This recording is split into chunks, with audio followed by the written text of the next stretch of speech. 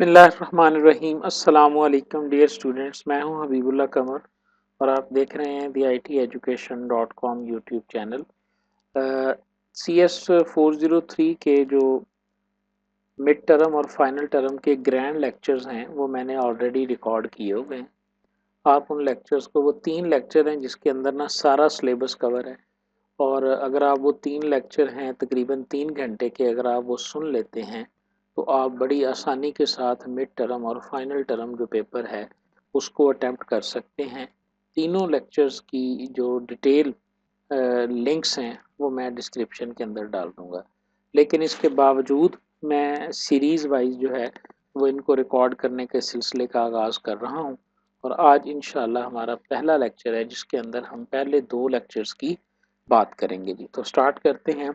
CS 403 database management system का lecture number 1 और lecture number 2 जी। तो हम बात शुरू करेंगे डेटाबेस की डेफिनेशन से ना, ताकि मुझे अंदाज़ा हो जाए। तो database basically large collection of related data है जो design to meet the information need of multiple user in an organization. ये लिटरेचर की डेफिनेशंस हैं।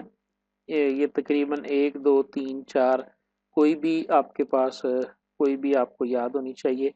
जो असल इसका मकसद है वो मैं आपको बता देता हूँ कि कंप्यूटर के अंदर जब आपके पास कोई भी ऑर्गेनाइजेशन डाटा को एक ऑर्गेनाइज्ड वे में और लॉजिकल वे में महफूज करना चाहती है, ताकि उस डाटा को among the several users and among the several sites and location उसको शेयर किया जा सके, तो फिर हम जिस टेक्नोलॉजी को यूज़ करते हैं तो वो हमारे पास है डेटाबेस।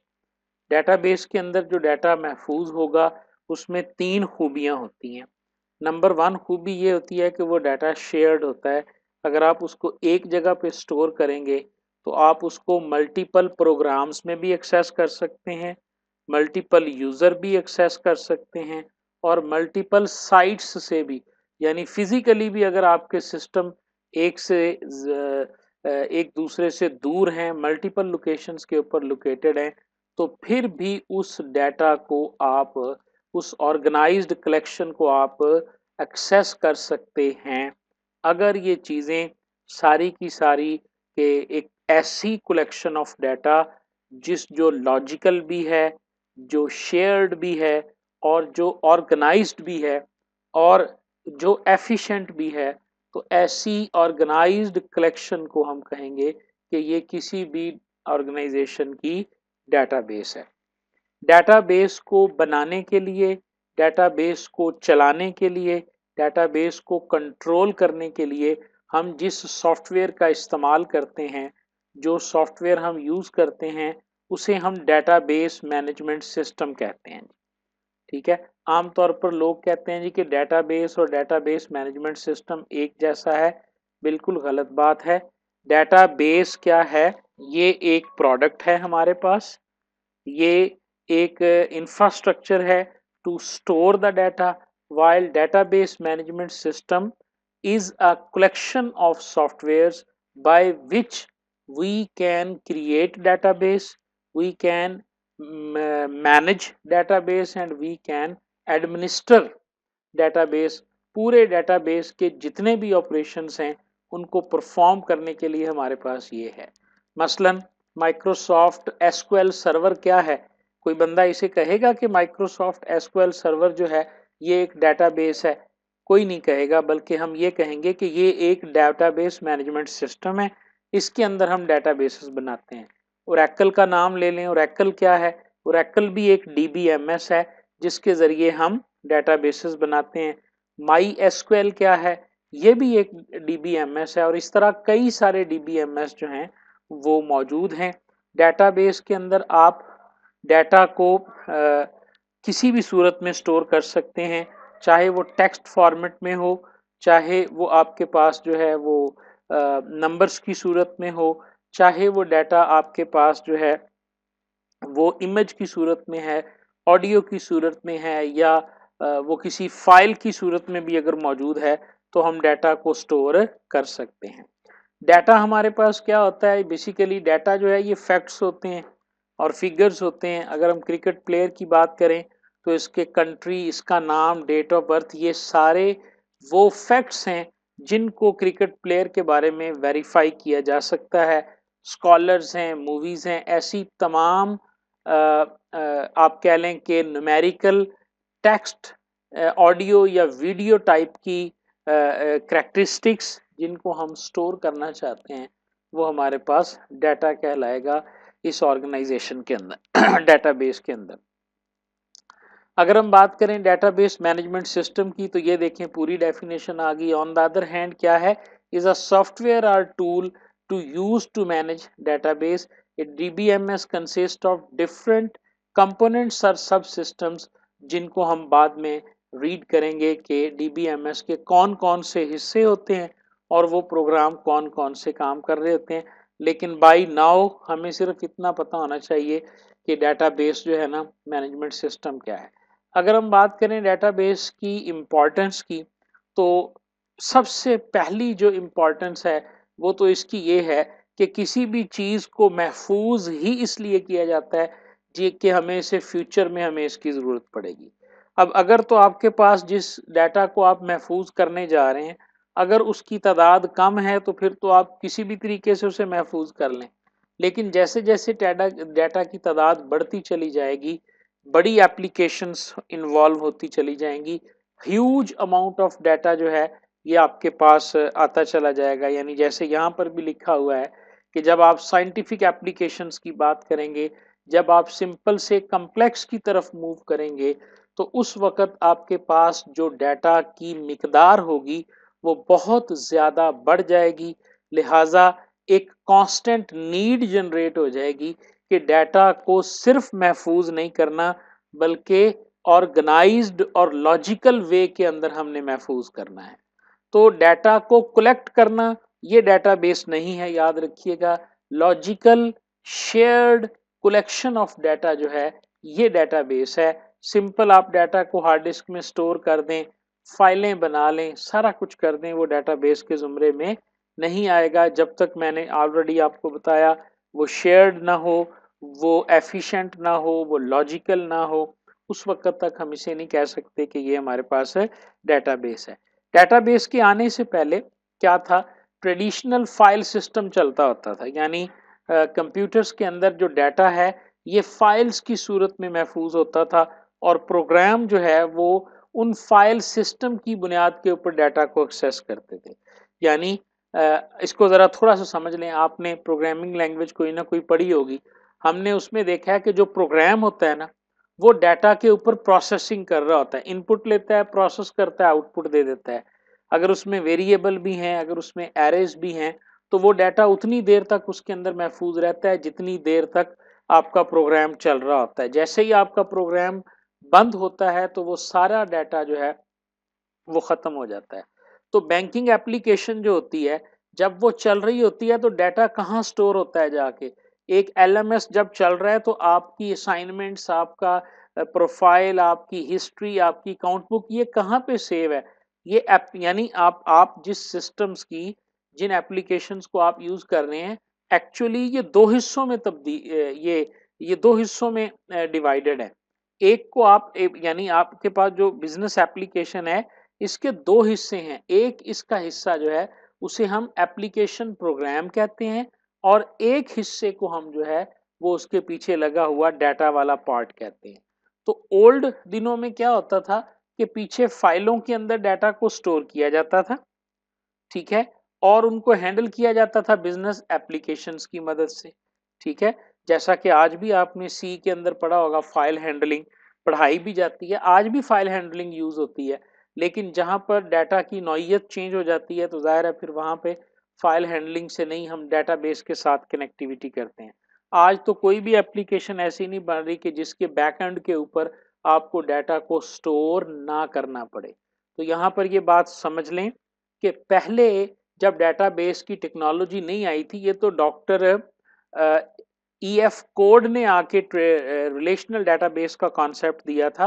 रिलेशनल डेटाबेस से पहले अगर आप इसकी हिस्ट्री देखें तो सारे का सारा डाटा फाइल्स की सूरत में महफूज होता था और आपका प्रोग्राम उन फाइल्स में से डाटा को रीड करता था और फाइल्स की सूरत में ही डाटा को वहां पर राइट किया जाता था। तो ट्रेडिशनल फाइल सिस्टम जो था उसमें बहुत सारी ओवरहेड्स थे, बहुत सारी ओवर प्रोसेसिंग थी जो हमें करनी पड़ती थी, जिसकी वजह से फिर बाद में ये डेवलपमेंट हुई और डॉक्टर ई एफ कोड के नाम का एक कंप्यूटर साइंटिस्ट था, मैथमेटिशियन था बेसिकली, जिसने डेटाबेस को डेवलप किया।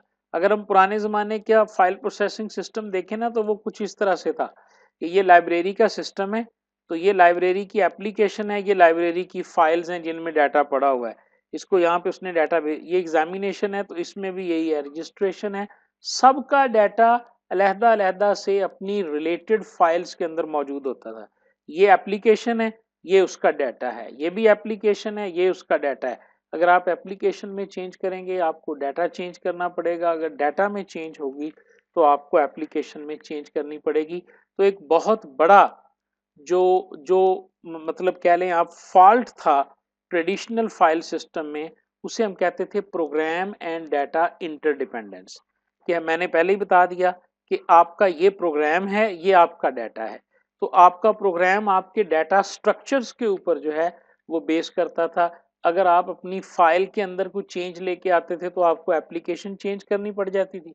अगर आप अपनी एप्लीकेशन में कोई चेंज लेके आते थे तो आपको अपनी फाइल सिस्टम को चेंज करना पड़ता था। ये सबसे बड़ा और प्रोमिनेंट जो है ना, वो एक कह लें आपके प्रॉब्लम था ट्रेडिशनल फाइल सिस्टम के अंदर। इसको फिर किस तरह से किया गया, क्योंकि डेटाबेस की अभी हम डेफिनेशन पढ़ के आए हैं, उसमें हमने पढ़ा ही ये है कि डेटाबेस के अंदर हम क्या करते थे कि हमारे पास डाटा इस तरह करके स्टोर होता है। ये देखें कि आपके पास बेशक जितनी मर्जी एप्लीकेशंस हैं, लेकिन ये सारी एप्लीकेशन सेंट्रली लोकेटेड डाटा के अंदर, डाटाबेस के अंदर डाटा को महफूज करती हैं। जब ये है ही एक, तो इसके अंदर जितना भी स्ट्रक्चर होगा वो सारे का सारा सेम होगा। इन तीनों के और इसके दरमियान में एक डेटाबेस मैनेजमेंट सिस्टम आ गया। अब ये इस प्रोग्राम की जिम्मेदारी है कि ये डाटा को किस तरह से स्टोर करेगा, किस तरह से शेयर करवाएगा, किस तरह से लॉजिकली उनको आपस में बाउंड करेगा। एप्लीकेशन जो है ये अपनी मतलूबा डाटा को डीबीएमएस से मांगेगी और डीबीएमएस के थ्रू ही इसे एक्सेस करेगी। अब अगर यहाँ कोई चेंज आई है तो ये डीबीएमएस का काम है, और अगर यहाँ कोई चेंज आई है तो ये भी डीबीएमएस का काम है।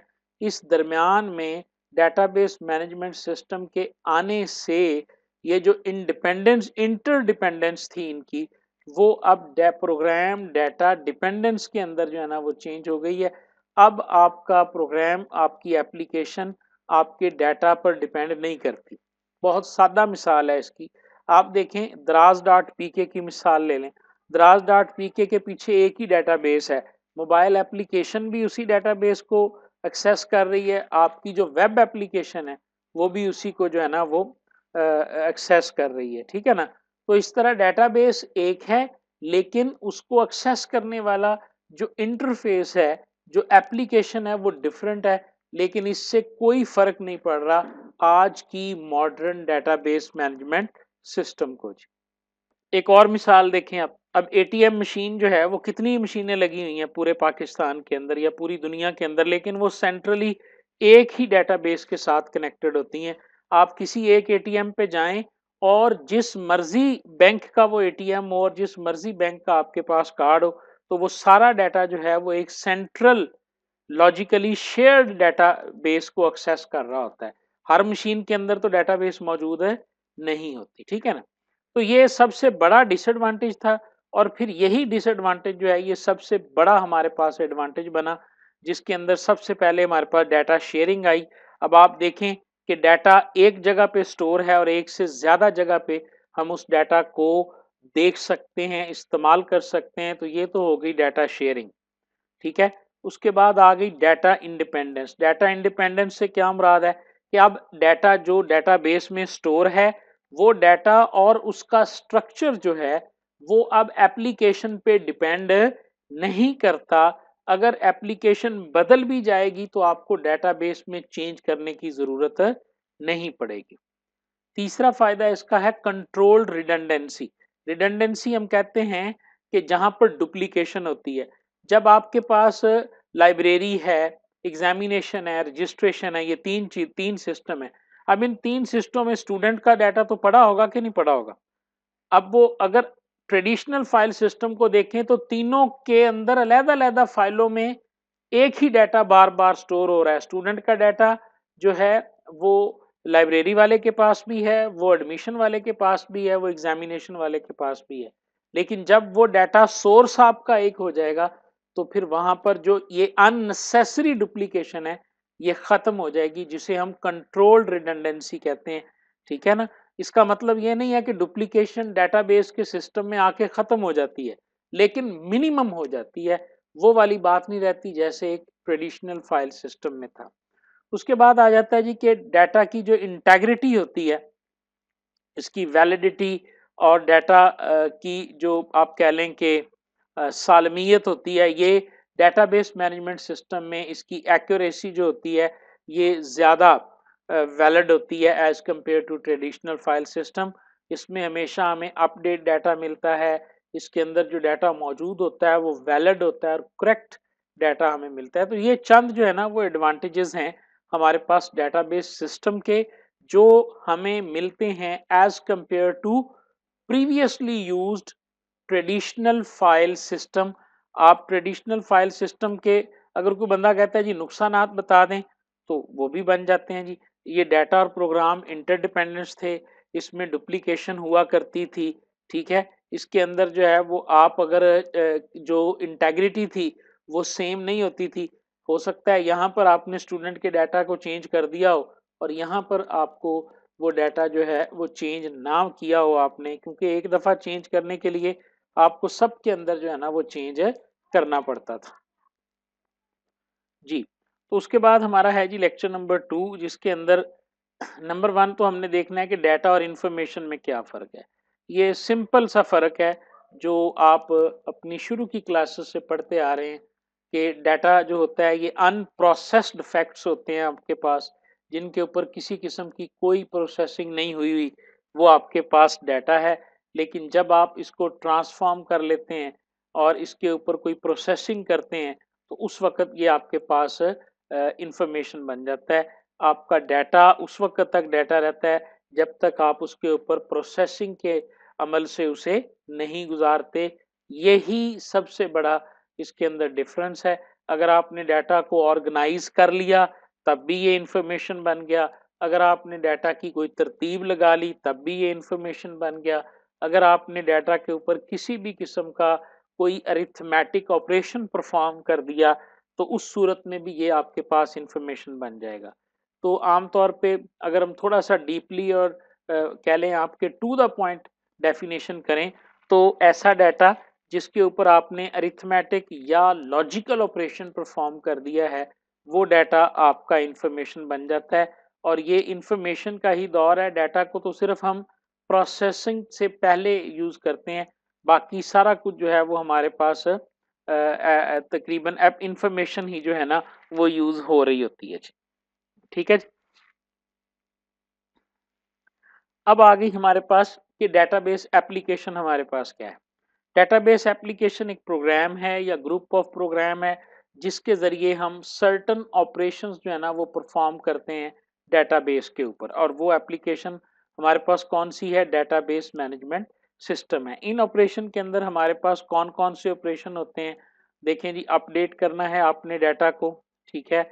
आपने इसी तरह प्रोड्यूस करना है डाटा को आउटपुट के तौर पे। आपने डाटा को दाखिल करना है डेटाबेस के अंदर, या पहले से मौजूद डाटा को आपने थोड़ा बहुत चेंज करना है। तो जो ये सारे के सारे ऑपरेशन परफॉर्म करने की आपको सहूलत दे, ऐसी एप्लीकेशन को हम डेटाबेस एप्लीकेशन कहते हैं। उसके बाद आ गया डेटाबेस मैनेजमेंट सिस्टम जी। डेटाबेस मैनेजमेंट सिस्टम हमारे पास एक सॉफ्टवेयर भी होता है और हम इसको कलेक्शन ऑफ सॉफ्टवेयर कहते हैं, क्योंकि ये एक सॉफ्टवेयर नहीं होता बल्कि इसके अंदर कई छोटे छोटे सॉफ्टवेयर चल रहे होते हैं।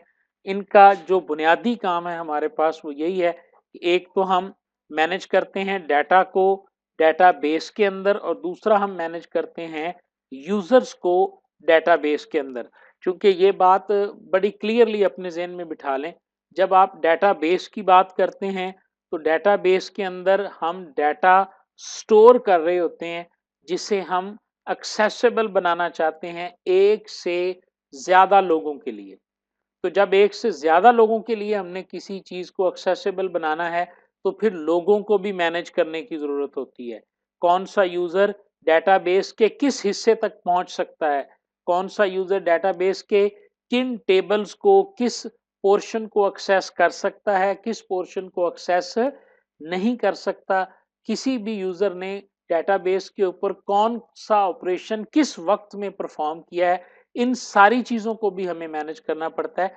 यानी एक डेटाबेस मैनेजमेंट सिस्टम जो होता है, जैसे माइक्रोसॉफ्ट एसक्यूएल सर्वर है, या आप कह लें कि माई एसक्यूएल है, या आप कह लें कि ओरेकल है, सिर्फ और सिर्फ ये डेटाबेस ही नहीं बनाते बल्कि इनके जरिए हम यूजर्स को भी जो है वो कंट्रोल कर रहे होते हैं। तो दो चीजें इसके अंदर प्रोमिनेंटली जो है ना वो इसने यूज करनी होती है। मैनेजमेंट ऑफ यूजर डाटा, कि डेटाबेस में डाटा को हम स्टोर कैसे करेंगे, उसका स्ट्रक्चर क्या होगा, उसे एक्सेस कैसे करेंगे। और मैनेजमेंट ऑफ यूजर से क्या मुराद है कि यूजर्स जो होते हैं वो कौन कौन से ऑपरेशन डेटाबेस के ऊपर परफॉर्म कर सकते हैं, कौन सा ऑथोराइज्ड यूजर है और कौन सा यूजर रिस्ट्रिक्टेड यूजर है, ये सारी चीजें भी डीबीएमएस जो है वो परफॉर्म कर रहा होता है। अगर हम फर्दर एडवांटेजेस की बात करें तो जो एडवांटेजेस हमें हासिल होते हैं, जैसे हम पीछे पढ़ के आए, इंडिपेंडेंस वाला पढ़ा, कंट्रोल रिडंडेंसी वाला पढ़ा, तो ये वही लिस्ट आगे कंटिन्यू हो रही है। तो अगला एडवांटेज जो हमें मिलता है उसे हम कहते हैं डाटा कंसिस्टेंसी। डाटा कंसिस्टेंसी से मुराद हमारे पास क्या है? हमारे पास डाटा कंसिस्टेंसी से मुराद ये है कि changes made to different occurrences of data should be controlled and managed. हम जब डाटा को चेंज करते हैं तो उस चेंज करने के अमल को हम कितना कंट्रोल कर सकते हैं डेटाबेस सिस्टम्स के अंदर। तो अभी हम पीछे देखकर आए थे ट्रेडिशनल फाइल सिस्टम के अंदर, अगर आपके पास 4 फाइलें हैं जो यूज हो रही हैं डाटा की, तो आपको चेंज कितनी दफा करनी पड़ेगी? 4 दफा करनी पड़ेगी। अगर कोई ऐसी इंफॉर्मेशन है, जैसे मैंने पिछली डायग्राम में हमने देखा कि स्टूडेंट भी है, एग्जाम में भी है, लाइब्रेरी में, तो चारों जगह आपको जो है ना वो चेंज करनी पड़ेगी। लेकिन डेटाबेस हमें ये एडवांटेज देता है कि चूंकि उसके अंदर डुप्लीकेशन कम है, तो इसलिए जो चेंजेस हम मेड करेंगे वो हमें सिंगल टाइम ही करनी पड़ेगी, और हम एक जगह डाटा को चेंज करेंगे और वो डाटा जितनी जगह पर भी मौजूद होगा वहां पर वो खुद ब खुद ही चेंज हो जाएगा। इसके अलावा डेटाबेस डेटाबेस जो है ये चूंकि डीबीएमएस के अंडर काम कर रही होती है। डीबीएमएस एक बहुत स्ट्रॉन्ग प्रोग्राम होता है, याद रखिएगा। ये माइक्रोसॉफ्ट एसक्यूएल सर्वर या ओरेकल का जो नाम आपने सुना है, माई एसक्यूएल का नाम सुना है, और भी बहुत सारे नाम है, इस वक्त तो मेरे जेहन में भी नहीं आ रहे। तो ये सारे डीबीएमएस हैं। डेटाबेस किसी भी डीबीएमएस के तहत और उसके कंट्रोल में चलता है। तो इसलिए अगर कोई बंदा डीबीएमएस की सिक्योरिटी को आप कह लें कि ब्रेक करेगा तो तभी जाके वो आपकी डेटाबेस तक पहुंचेगा। इसलिए इसके सिक्योरिटी जो है वो बहुत ज्यादा स्ट्रांग होती है जी। उसके बाद फास्टर एप्लीकेशन डेवलपमेंट, जब से डेटाबेस का इन्वायरमेंट आया है तो ये पॉसिबल हो गया है कि हम मुख्तलिफ एप्लीकेशंस को अब जल्दी जो है ना वो डेवलप करना शुरू कर दिया है, क्योंकि डेटाबेस का स्ट्रक्चर जो है वो ट्रेडिशनल फाइल सिस्टम के मुकाबले में फास्टर एप्लीकेशन को सपोर्ट करता है। फाइल हैंडलिंग या फाइल्स में डाटा को जो स्टोर करना होता था वो बहुत ज़्यादा जो कि आप कह लें कि मुश्किल होता था, लेकिन यहाँ पर जो है ना वो आपके पास सेम थोड़ा बेहतर हो जाता है। उसके बाद economy of scale, database and database systems are designed to share data stored in one location for many different purposes, so it needs to be stored as many number of times in different form at is use. इसका मतलब क्या है कि economy से मुराद यहाँ पे हम कहेंगे कि उसका फायदे के मीनिंग में आप इसको देखें कि आपकी डेटाबेस जो है वो अब एक ही जगह डाटा को स्टोर करेगी। बार बार डाटा को स्टोर करने की मुख्तलिफ जगहों के ऊपर जो मुशक्कत थी, जो एफर्ट थी, जो ओवरहेड था, जो कॉस्ट थी आपकी, वो अब आपको नहीं पड़ेगी और उस कॉस्ट से ज़ाहिर है आपकी इकोनॉमी ऑफ एफर्ट जो है वो बेहतर हुई है। यानी यहाँ पे इकोनॉमी को पैसों की सूरत में आपने नहीं लेना, डिस्क स्टोरेज की सूरत में लें तो जो डाटा 4 जगह पे स्टोर होता था अब वो एक दफ़ा स्टोर हो गया और इस्तेमाल हो रहा है, तो 3 जगह पे डिस्क की स्टोरेज बच गई। अगर आप एफर्ट की सेविंग की बात करें तो आपकी एफर्ट जो है ना वो भी सेव हुई है। तो इसलिए ये इकोनॉमी ऑफ स्केल से मुराद यहाँ पर यही है कि आप आसानी के साथ जो है ना वो एक ही जगह पे इसे स्टोर कर सकते हैं। इसमें कंकरेंसी कंट्रोल करने का सिस्टम बहुत अच्छा है जी। डेटाबेस के अंदर फाइल मैनेजमेंट सिस्टम के अंदर जो ट्रेडिशनल था, कंकरेंसी हो तो सकती थी लेकिन बहुत कॉम्प्लेक्स थी, क्योंकि इसके अंदर बहुत सारा बर्डन जो है वो प्रोग्रामर से शिफ्ट होकर डीबीएमएस पे चला जाता है। डीबीएमएस खुद ब खुद ही कंकरेंसी को कंट्रोल कर रहा होता है। तो कंकरेंसी का मतलब ये होता है कि एक ही वक्त में एक ही डाटा को जब एक से ज्यादा लोग एक्सेस करने की कोशिश करते हैं तो उस वक्त जो है वो किसकी रिक्वेस्ट को पहले सॉल्व करना है या वहां पर कोई एरर ना आए और वो स्मूथली चलते रहें, इस किस्म के कंट्रोल को हम कंकरेंसी कंट्रोल कहते हैं।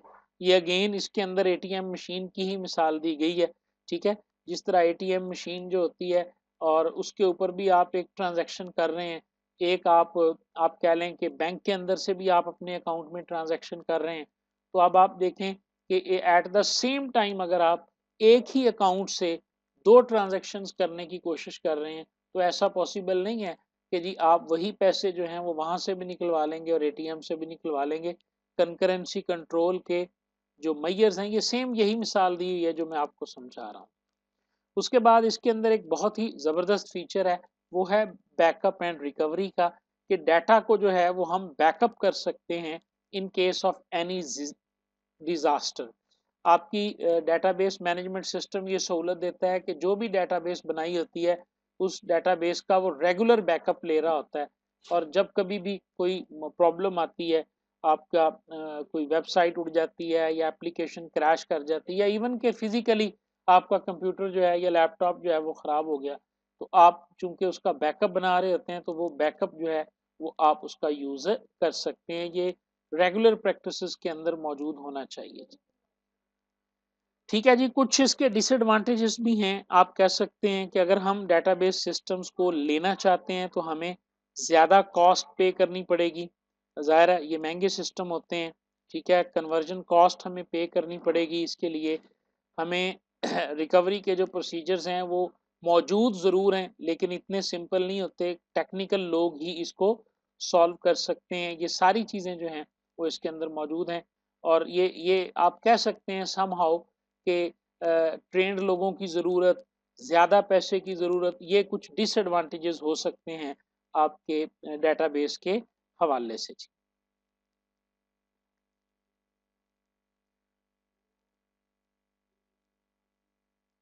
कि यहाँ तक समझ आई बात?